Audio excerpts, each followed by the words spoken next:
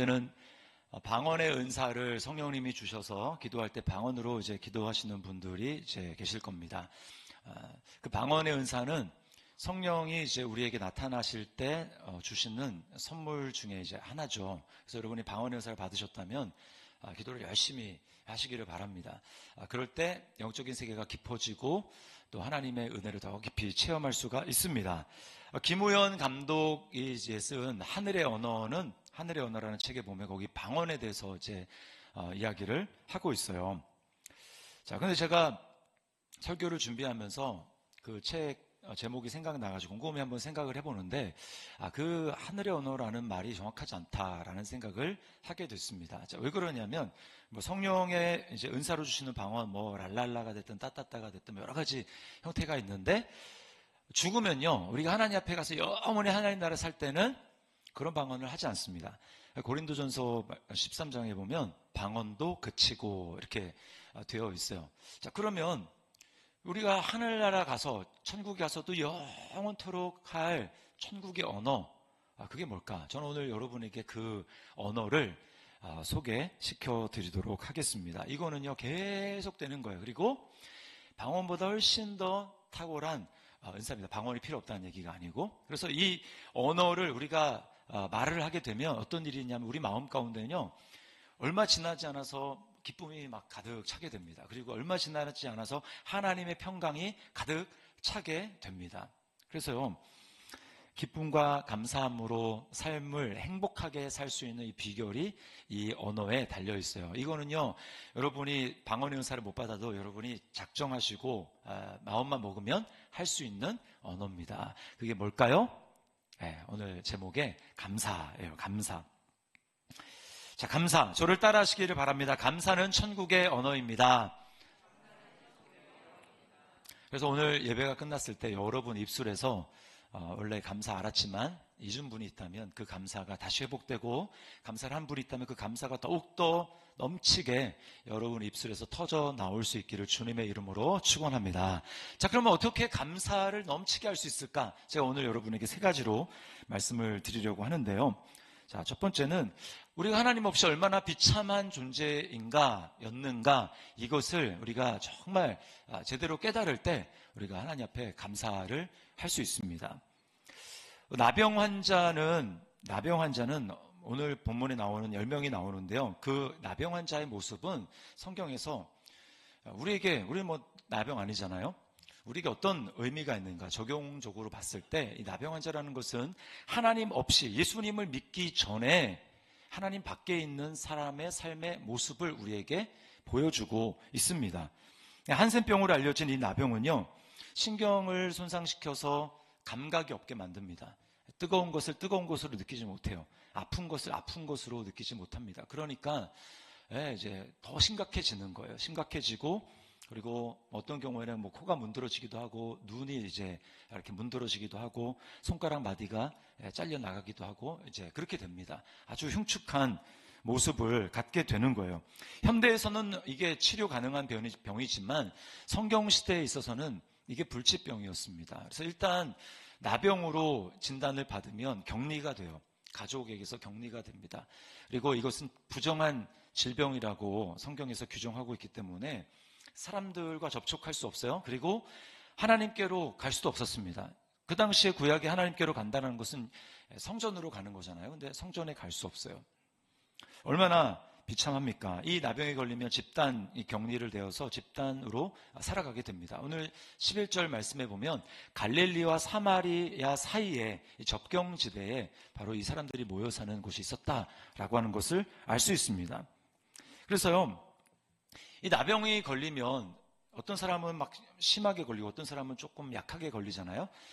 그래서 이제 약하게 걸린 사람들 같은 경우는 사람들이 그 사람이 나병에 걸린지 잘 멀리서는 모릅니다. 근데 이제 가까이 가게 되면 이 나병 걸린 사람들은 자기가 나병에 걸렸다는 것을 알려야 됐어요. 소리를 쳐서.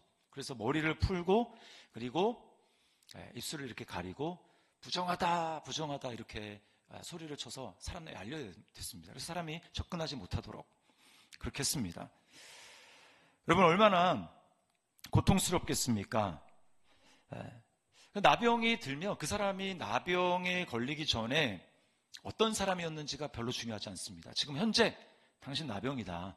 그래서 정상적인 삶이 아니다 라고 하는 게 중요한 거예요. 전에 내가 돈이 많았거나 아니면 부자였거나 또 유대인이었거나 사마리아인이거나 상관이 없습니다. 그래서 오늘 본문에 보면 이 10명 중에 한 사람이 예수님께 돌아와서 감사하는데 그 사람이 사마리아인이다 이렇게 예수님이 강조하거든요. 이 사람 외국인 사마리안밖에 없냐라고 할 때 그 말은 다른 사람들은 그 중에 유대인이 있었다는 얘기입니다. 여러분 원래 유대인과 사마리안 사람들은 상종을 안 합니다. 같이 공간에 있지를 않아요. 그런데도 나병에 걸리니까 어떻게 됩니까? 이전에 내가 무슨 민족이냐 전혀 중요하지 않고 지금 그냥 나병 환자로서 살아갈 수밖에 없는 것입니다. 여러분 오늘날도 우리가 죄를 짓고 이제 교도소에 들어가게 되면 교도소 밖에서 내가 누구였는지 중요하지 않아요. 죄수 번호로 말해집니다. 이름으로 불리지 않아요. 똑같은 주스복을 입고 있는 사람입니다. 그래서 장발장은 24601이잖아요. 장발장이라고 부르지 않습니다. 사람들이 간수가 그를 번호로 불러요. 번호로. 그러니까 인격적으로 제대로 대우받지 못하는 거죠. 여러분 박효진 장로님이라고 이제 교도소에서 오랫동안 교도관으로 이제 근무하셨던 분이 있어요. 예수님을 아주 잘 믿는 분인데 그분이 이제 밧줄이라는 이제 짧은 영상을 만들어서 많은 사람들에게 그것을 전도를 하고 예수님을 믿도록 하는데 거기 보면 그분이 이제 이런 말을 한 게 있습니다. 우리는 사형수, 그분이 계셨을 때 사형이 실제로 집행되던 때였어요.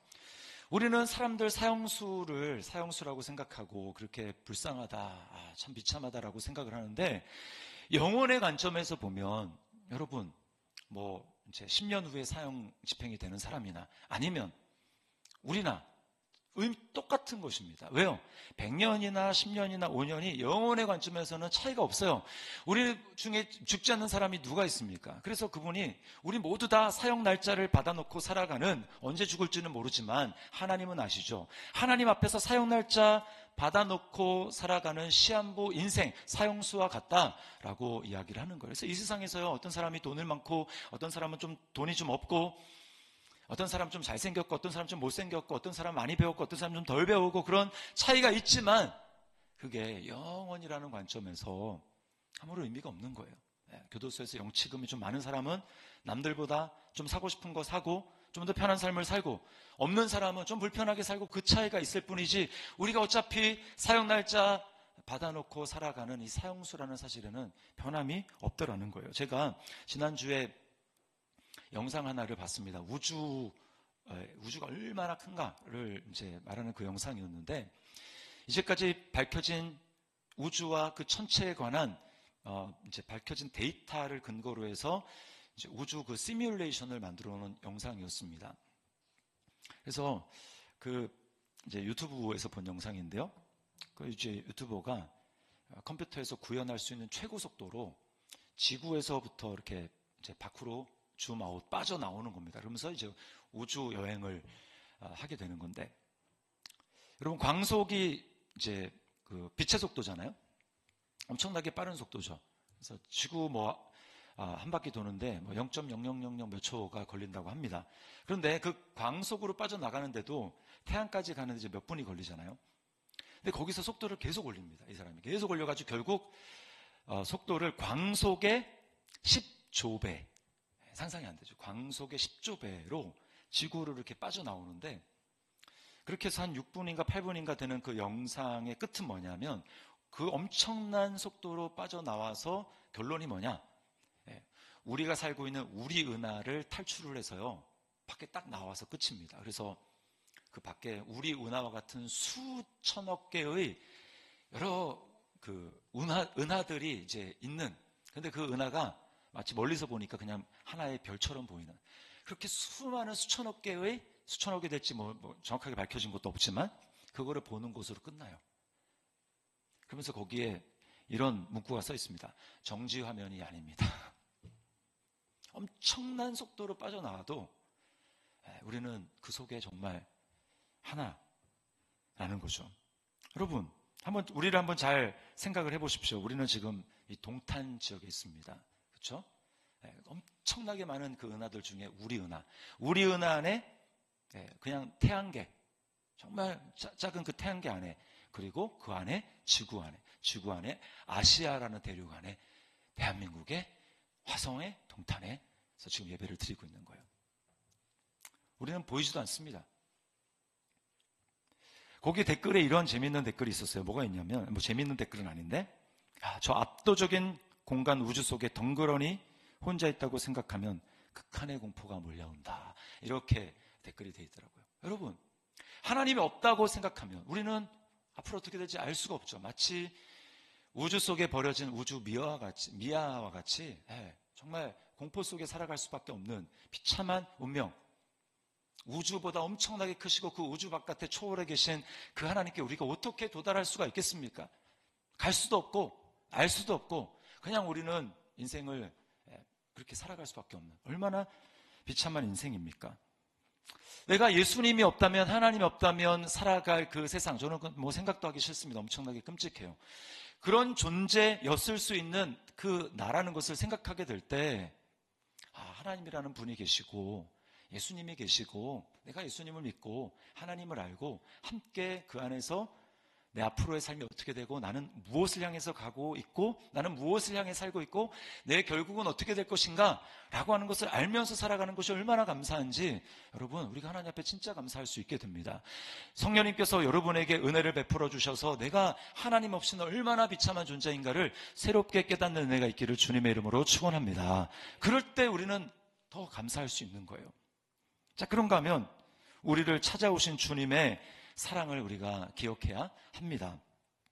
오늘 버려진 나병 환자, 아무도 관심을 기울이지 않고 있는 그 사람들에게 오늘 예수님이 찾아갑니다. 그들은요, 예수님을 보고도 가까이 가지도 못하고 멀리서 소리를 지릅니다. 예수 선생님이여, 우리를 불쌍히 여겨 주십시오. 여러분, 근데요, 그들이 자기들의 지금 모습을 봤을 때는 절망이죠. 그러나 돌이켜 생각해보면 그렇게 지금 부르짖을 수 있고 그렇게 찾을 수 있다는 것 자체가 소망의 시작이고 기적의 시작인 거예요. 지금 앞에 누가 있는 겁니까? 예수님이 계시잖아요. 예수님이. 여러분, 주님이 이들에게 지금 귀를 기울이고 계시고 이들에게 관심을 기울이고 계시고 이들을 지금 사랑의 눈으로 바라보고 있습니다. 예수님의 지금 목적지는요, 예루살렘이에요. 예루살렘에 올라가서 이제 예수님이 마지막으로 남아있는 사역, 십자가의 사역을 하고 예수님이 이제 죽으실 작정을 하고 예루살렘으로 올라가는데, 여러분, 예루살렘으로 올라갈 수 있는 루트가 얼마나 많이 있겠어요. 그런데 예수님이 왜 굳이 지금 이 나병 환자들이 있는 이곳을 지나갈까요? 여러분, 가다가 어떻게 하다 보니까 그곳을 지나갔을까요? 우연일까요? 그렇지가 않습니다. 우리가 요한복음 4장에 보면 사마리아 여인이 나오잖아요. 남편 5이 있었고 지금 6번째 남편인지 그냥 남자인지 그와 함께 살고 있으면서 인생의 정말 공허를 느끼면서 이게 인생의 전부인가 신음하며 살아가는 그 여인의, 주님은 그 신음소리를 듣고 일부러 사마리아를 찾아가시죠. 마찬가지로 지금 이 10명의 나병 환자들이 있는 곳을 주님은 그들의 신음소리와 탄식소리를 들으시고 지금 그들을 향해서 일부러 찾아가서 그들을 만나고 계시는 것입니다. 여러분, 우리도 마찬가지예요. 여러분이 지금 이 자리에 앉아서 예배 드리고 있다는 사실, 여러분, 이것이 우연일까요? 오늘날도 미전도 종족이 엄청나게 많이 있습니다. 그리고 복음을 전해도 말도 안 되는 소리 하지 말라고, 어떻게 죽은 사람이 살아나냐, 어떻게 동정녀가 뭐 애를 낳냐, 말이 되냐 라고 하면서 어떻게 뭐 물위를 뭐 걷냐 라면서 안 받아들이는 사람들이 너무나 많이 있습니다. 그런데 여러분은 그 사실을 믿으시잖아요. 여러분 믿습니까? 네. 이게요, 우연이 아니에요. 내가 예수님을 믿게 됐다, 이게 우연이 아니라는 거예요. 주님이 우리의 신음을 들으시고 찾아오시는 것입니다. 제가 어제 제 아내미 자매 신방을 갔는데 이제 5월 중순에 출산 예정입니다. 출산 예정. 그러면서 이름을 뭘로 지을지 막 고심하고 있다고 하는 얘기를 들었어요. 여러분, 이제 그 집에 아이가 태어난다. 그러면 부모가 뭘 합니까? 부모가 준비를 하잖아요. 아이 방을 마련하고, 그 다음에 이제 아이가 만약에 뭐 여자라면 사방에다가 핑크색 벽지로 도배를 하고, 그리고 아이 침대를 준비하고, 아이가 누웠을 때 그 천장에 볼 수 있는 곳에 야광별을 달고, 그쵸? 다 해보셨죠? 야광별을 달고, 그 다음에 아이가 심심하지 않도록 이제 그 위에 모빌 같은 거를 붙여가지고 이제 움직이게 합니다. 왜냐하면 아이가 이제 아이를 위해서 준비하는 거죠. 사랑하니까. 여러분, 성경을 보십시오. 하나님이 우리를 얼마나 사랑하시는가. 세상에 이제 천지를 창조하시는데 인간을 제일 마지막에 만드셨어요. 그렇게 만드신 이유가 하나님 형상대로 만드시고, 이 세상을 하나님이 인간을 위해서 즐기도록 그렇게 만드신 겁니다. 그 아이 방 천장에다가 별을 붙이시듯이 하나님은 파란 하늘을 만들어 놓으시고, 거기에 낮에는 해를, 밤에는 별과 달을 볼 수 있도록 그렇게 만드셨어요. 그리고 또 어떻습니까? 모빌처럼 날아다니는 새를 볼 수 있게끔 하나님 하셨습니다. 그뿐만입니까? 뭐 바다에 가보십시오. 얼마나 엄청난 많은 것들을 하나님이 우리를 위해서 창조하셨습니까? 그것이 우리를 사랑하신 하나님의 증거에, 마치 아이를 받기 위해서 준비하고 있는 부모가 사랑해서 그렇게 하는 것처럼 하나님은 저와 여러분을 사랑하셔서 이 모든 것을 예비해 놓으셨다는 말이죠. 근데 우리가 하나님을 떠나지 않았습니까? 하나님을 거부하지 않았습니까? 하나님은 없다고. 그렇게 해서 하나님이 만들어 놓으신 세상을 온전히 알지 못하고 생명이신 하나님으로부터 차단되고, 그 죽음의 결과가 우리에게 찾아오니까 하나님이 안타까우셔서 하신 일이 뭡니까? 여러분, 아까 말씀드렸잖아요. 우주, 엄청나게 넓은 그 우주, 그거를 초월해 계신, 그냥 감히 상상조차 할 수 없는 그 광대하신 하나님, 엄청나게 위대하신 하나님, 크신 하나님이 어떻게 하시는 거예요?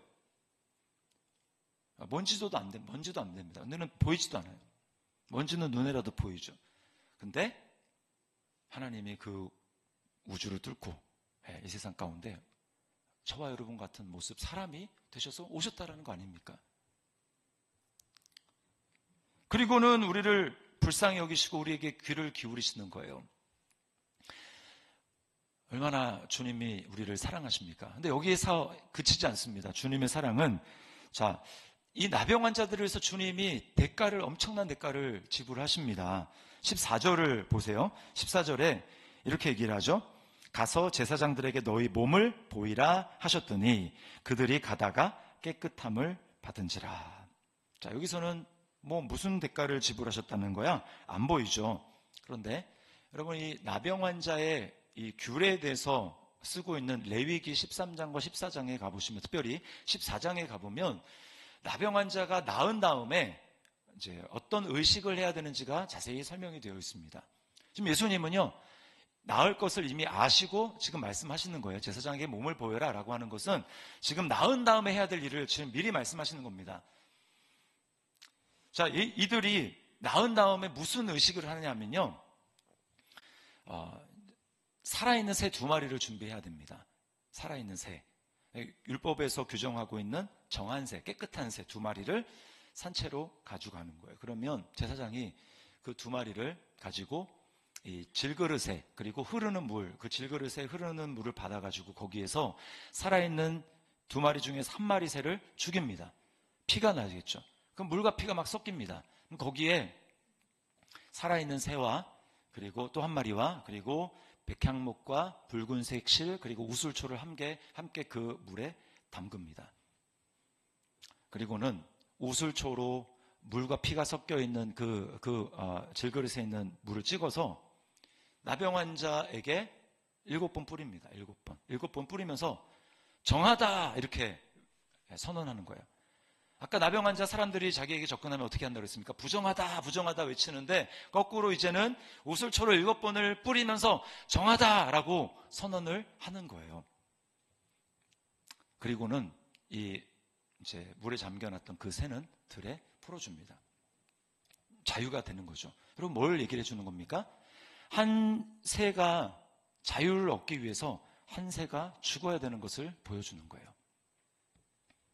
여러분, 우리를 진짜 자유하기 위해서, 우리를 죽음에 하나님께 다다를 수 없는 우리, 하나님을 떠나서 하나님께 막막하게 다다를 수 없는 그 우리를 주님이 죽음으로부터, 죄로부터 자유하기 위해서 주님이 사람이 되셔서 죽으셔야 될 것을 보여주는 것입니다.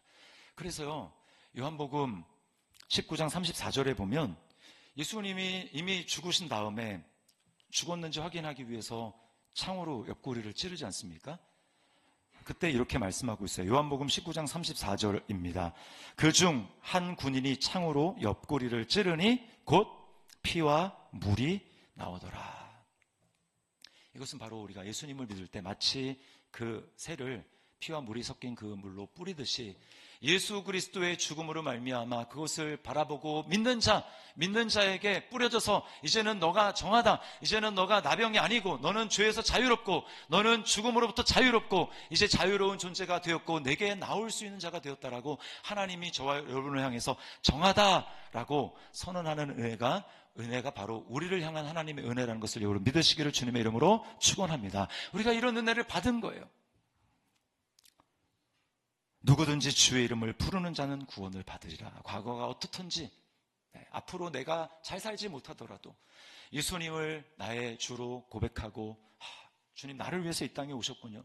주님이 안 오셨으면 제 어떻게 될 뻔했습니까? 내 삶이. 그러면서 그 주님을 주로 고백하는 그 사람에게 하나님이 누구나 예외 없이 구원의 은혜를 베풀어 주시고 우리가 그 은혜를 믿음으로 말미암아 지금 이렇게 감사로 하나님 앞에 예배하게 된 줄 믿습니다. 여러분, 이 은혜를 바로 깨달을 때 우리가 하나님 앞에 감사할 수 있는 거예요.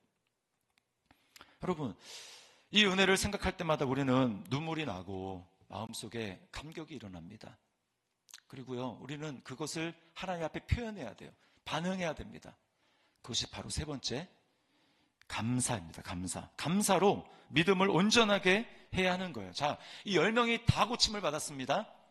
그런데 오직 한 사람만 큰 소리로 하나님께 영광을 돌렸어요.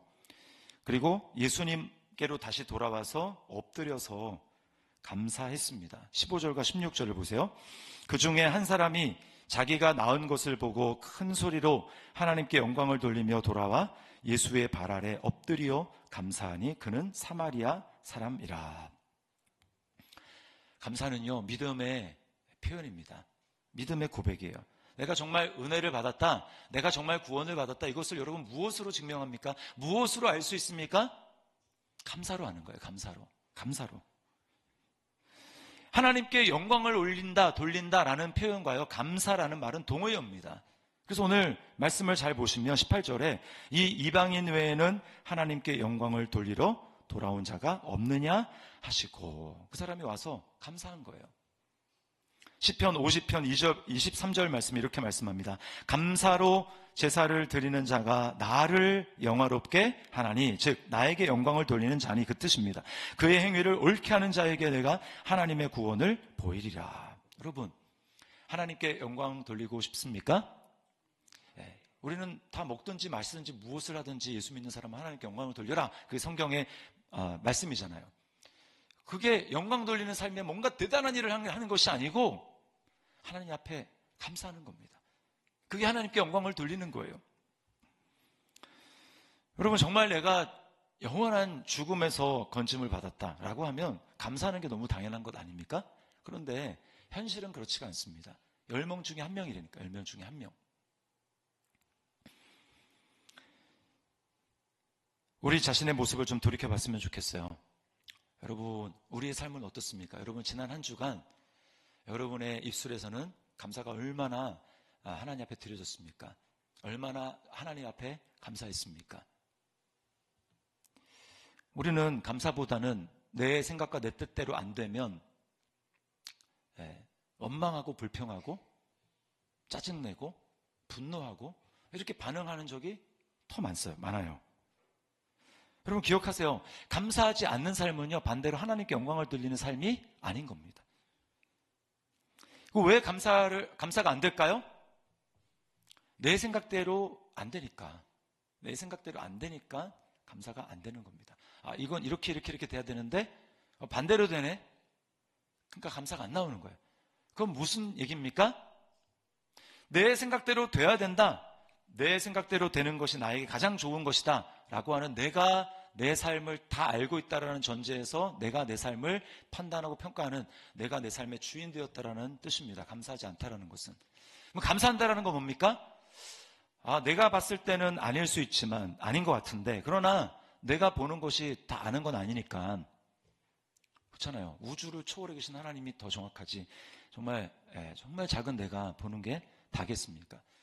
그렇지만 하나님 보는 게 더 정확하겠지라고 하면서 감사할 수 있다면 그게 바로 하나님께 영광을 돌리는 삶이고 하나님을 하나님으로 하나님을 왕으로 인정하는 삶이라는 거예요. 그래서 로마서 1장에 보면 뒤에 1장 끝에 죄의 수많은 목록들이 나오는데 그 가장 앞에 하나님을 인정하지 않는 불경건한 자의 가장 큰 특징이 뭐냐?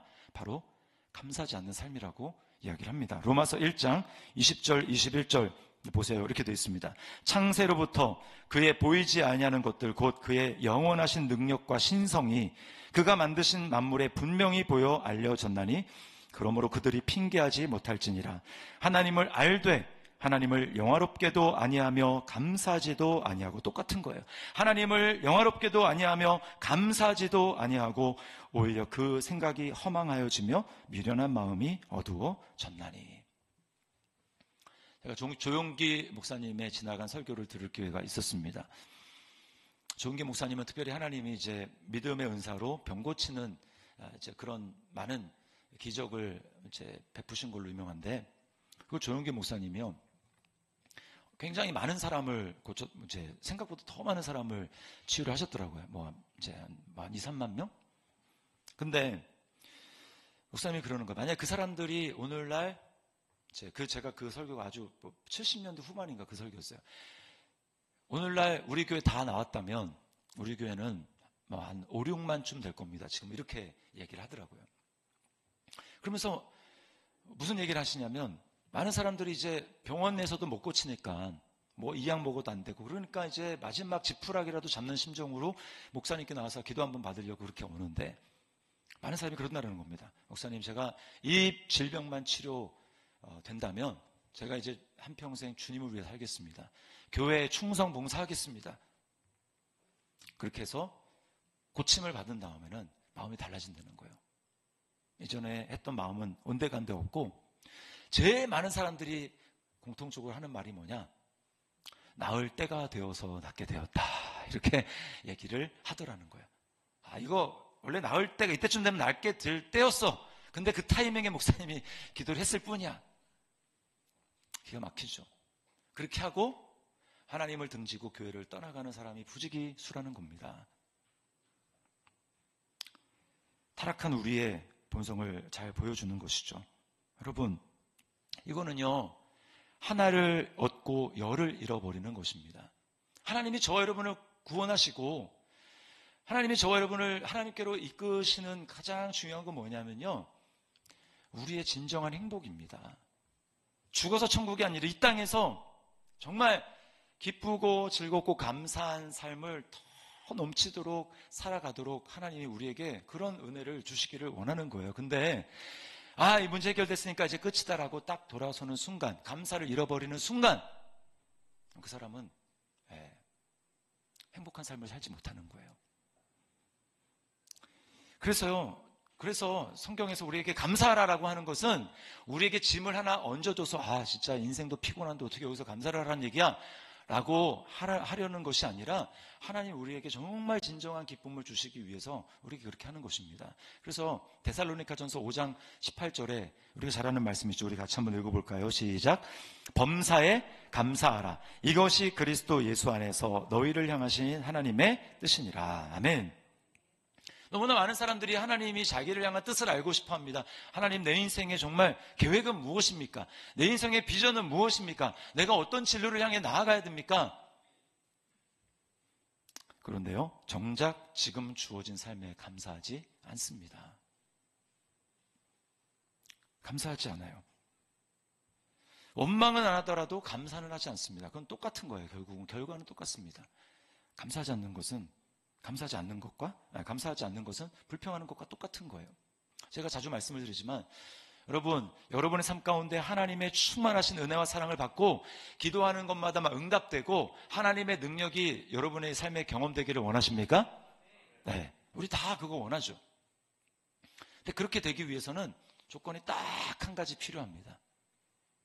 뭐냐면, 여러분, 하나님은 무한대의 능력을 가진, 마치 전류로 표현하면 번개와 같아요. 번개는 이제 엄청나게 많은 볼트의 전압이 흐른다고 하잖아요. 그런데 그 번개가 일을 하기 위해서는, 전류가 통해서 일을 하기 위해서는 그 이제 번개가 통하는 거기에 이제 도체, 전기가 흐르는 물질로 준비되어야 되는 겁니다. 자, 하나님이 엄청난 능력을 가진, 무한한 능력을 가지고 계신 전능하신 분인데, 그 하나님의 능력이 내 삶을 통해서 나타내려면, 자, 하나님을 플러스로 표현해 보겠습니다. 무한대의 플러스예요, 그분은. 그러면 내가 같은 극이 돼야 되는 거예요. 내가 무한대는 아닐지라도 내가 하나님과 같은 극으로 플러스로 있어야 그 하나님의 무한하신 능력이 나에게 흘러가는 것입니다. 아무리 기도해도요, 여러분의 문제가 있어서 기도하는데 여러분 마음이 하나님과 같은 플러스가 아니라면 응답되지 않습니다. 원망하는 상태는 마이너스인 거예요. 하나님과 극이 달라요. 그 원망하는 마음으로 기도 1시간 했어요. 30분 했어요. 하나님, 이 문제 해결해 주십시오. 왜 이 문제 해결 안 해 주십니까? 기도한 다음에도 마음에 감사한 마음이 없습니다. 그러면요, 기도 응답 안 돼요. 그러면 어떻게 플러스가 됩니까? 플러스로 바뀌는 마음, 그것은 감사입니다. 감사. 감사를 딱 하는 순간 신기한 일이 벌어져요. 마음속에 감사하는 마음이 더 많이 생기기 시작합니다. 그러면 이제 그게 무슨 뜻이냐? 전에까지는 마이너스였어요. 그러니까 아무리 하나님의 능력이 많아도 내 삶은 하나님의 역사를 체험할 수 없는 것입니다. 그런데 내가 감사를 하는 순간 내 삶은 하나님과 같은 극이 플러스로 딱 바뀌기 시작하는 거예요.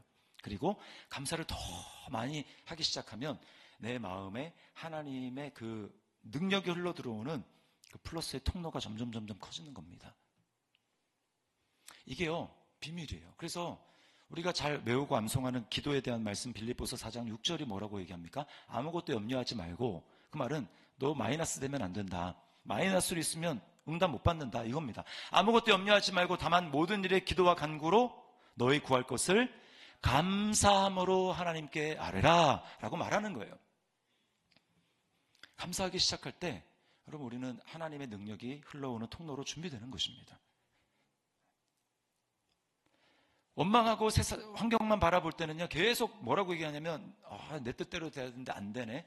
내 뜻대로 되는데 안 되네. 짜증난다. 원망스럽다. 불평이 있다. 이렇게 말하는 것은 계속해서 나를 주장하는 겁니다. 내가, I. 근데 감사를 하는 순간, 감사는 영어로 땡큐잖아요. 땡큐.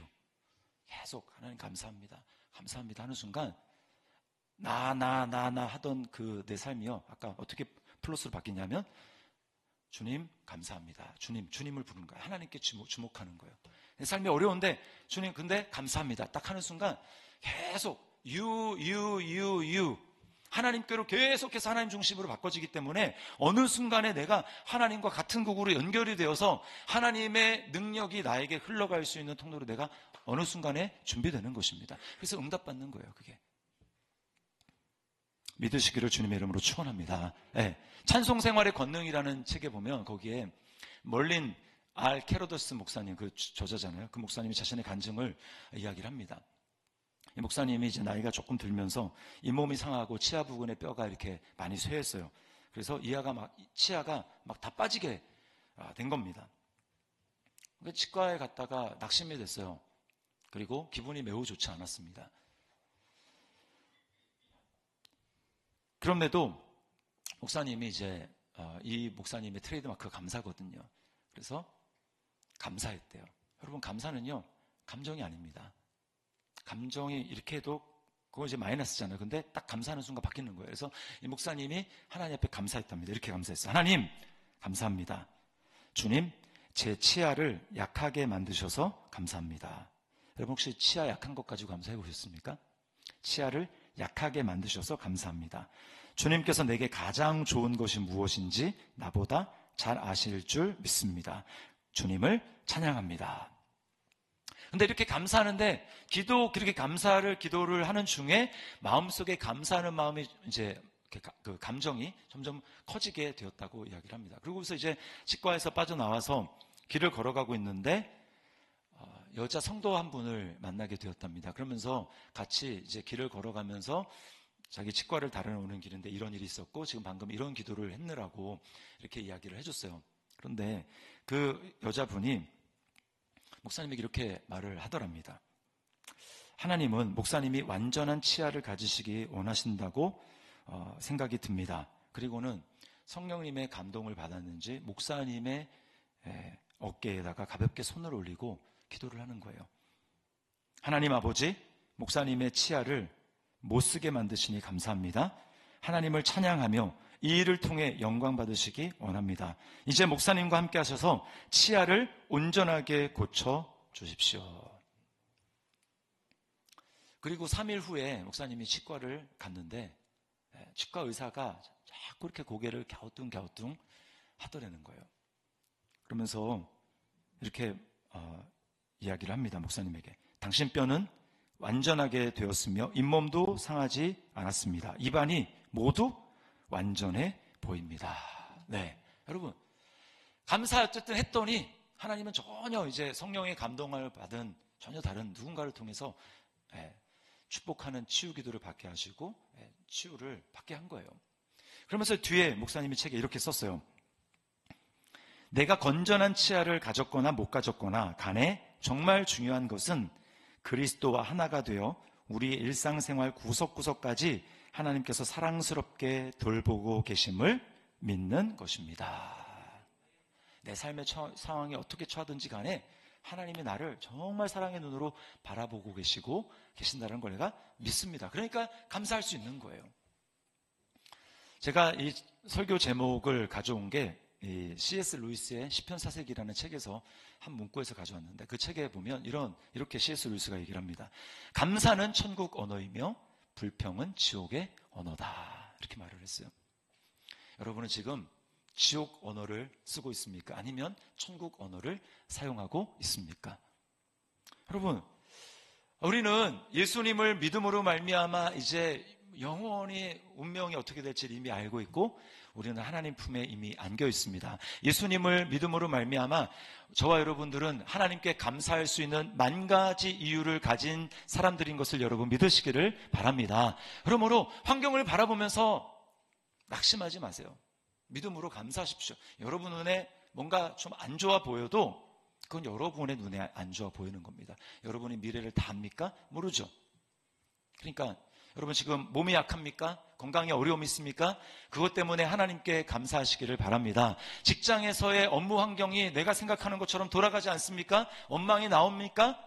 그것 때문에 하나님 앞에 감사할 수 있기를 바랍니다. 그리고 뭔가 관계가 맞지 않고 저 인간 때문에 내가 참 힘들다라고 생각하는 사람이 직장에 있습니까? 또 교회에 있습니까? 그 사람으로 인해서 하나님 앞에 감사할 수 있기를 주님의 이름으로 축원합니다. 모든 것들 내가 보기에 다 짜증낼 만하고 원망하고 불평할 일을 바꾸어서 얘기하면 다 감사할 수 있는 거예요. 그렇게 감사하게 될 때 여러분 삶 가운데 이제 변화가 일어납니다. 우울이 떠나가고요. 침체가 떠나가고 내 안에 모든 부정적인 것들이 다 떠나가고 내 안에서 이제 마이너스가 플러스로 바뀌면서 하나님이 내 삶 가운데 일할 수 있는 통로로 내가 준비되고 이제부터 하나님의 놀라운 역사와 능력이 나를 통해 나타나게 될 줄 믿습니다. 여러분 우리의 남은 삶을 주님 앞에 이렇게 감사함으로 말미암아 하나님 앞에 영광을 올려드리고 하나님의 살아계심 실제로 경험하고 체험하며 누리는 우리의 삶이 될 수 있기를 주님의 이름으로 축원합니다. 우리 말씀을 기억하면서 우리 주의 선하심이라는 이 찬양을 하나님 앞에 드렸으면 좋겠어요. 여기 보면 눈을 뜨는 아침부터 나 잠들기까지 선하신 주를 노래하리. 이 노래는요 감사의 노래입니다. 감사의 노래. 자, 우리의 고백으로 우리 하나님 앞에 이 찬양 드리겠습니다.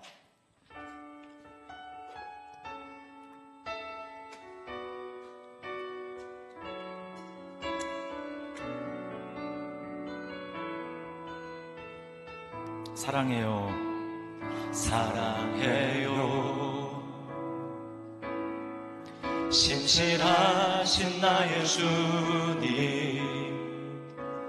나의 삶 주님 안에 있네. 눈을 뜨는 아침부터 나 잠들기까지 오 선하신 주를 노래하리. 다시 한번 사랑해요. 사랑해요. 신실하신 나의 주님, 나의 삶 주님 안에 있네. 눈을 뜨는 아침부터 나 잠들기까지 오 선하신 주를 노래하리. 신실하신 나의 주님, 나의 삶을 인도하셨네.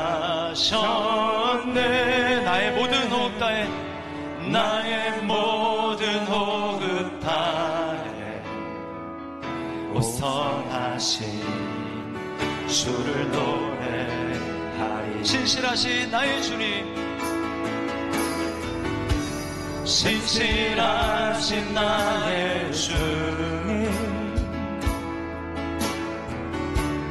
나의 삶을 인도하셔. 앞으로도 인도하실 것입니다.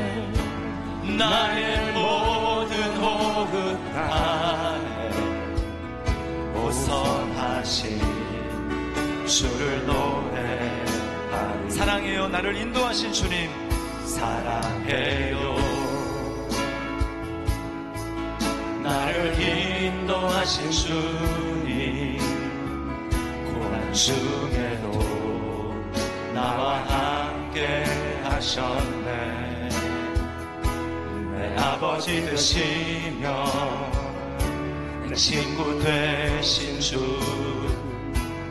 나의 삶 주님 안에. 아멘. 그러므로 우리 감사할 수 있습니다. 신실하신 나의 주님, 나의 삶을 인도하셨네. 나의 모든 호흡 다해 오 선하신 주를 노래. 다시 한번. 신실하신 나의 주님, 신실하신 나의 주님, 나의 삶을 인도하셨네.